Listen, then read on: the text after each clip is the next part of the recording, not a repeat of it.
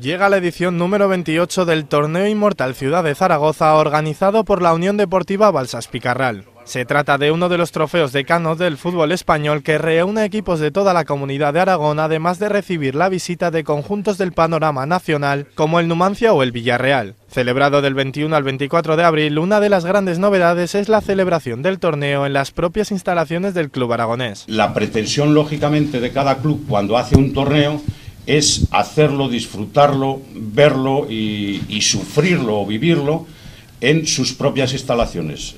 Nosotros lo conseguimos esto en la edición número 28. La situación económica actual obliga al Balsas Picarral a reducir el número de equipos que participarán hasta los 27 clubes. Hemos reducido el número de categorías y de equipos. Este año estamos hablando de 4 categorías que son cadete, infantil, alevín, fútbol 11 y benjamín. Y estamos hablando de 27 equipos, no aquellos 82 equipos que llegó a tener este torneo. 4 días de gran nivel futbolístico en las instalaciones del Balsas, con el fútbol base como gran protagonista.